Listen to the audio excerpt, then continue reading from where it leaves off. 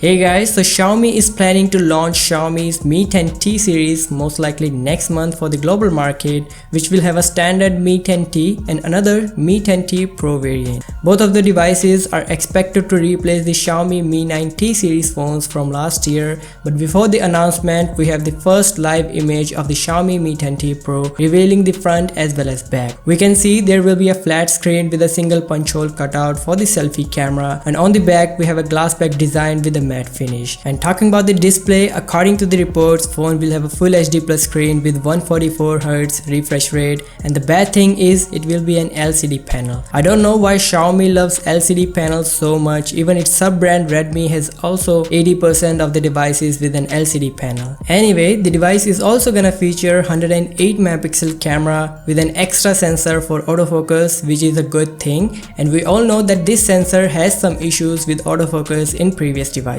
And the camera design on the backside reminds me of Vivo's X50 Pro, which means it will also have a solution for stabilization. And in terms of battery, phone will have a massive 5000 mAh along with 33 watt fast charging and will come with a Type-C port. So now the best part is the pricing. According to Ishan Agarwal, it could cost around 35,000 rupees in India, which is around $499 US, and for that price, flagship Snapdragon 865 CPU, 108 megapixel camera, huge 5000 mAh battery is not a bad deal. But the only thing I'm disappointed with is the LCD panel of the device. So guys, do let me know your thoughts about the Xiaomi's Mi 10T Pro, and if you end up liking this video, then do give it a thumbs up and subscribe to the channel for more updates. I'll catch you in the next one. Peace out.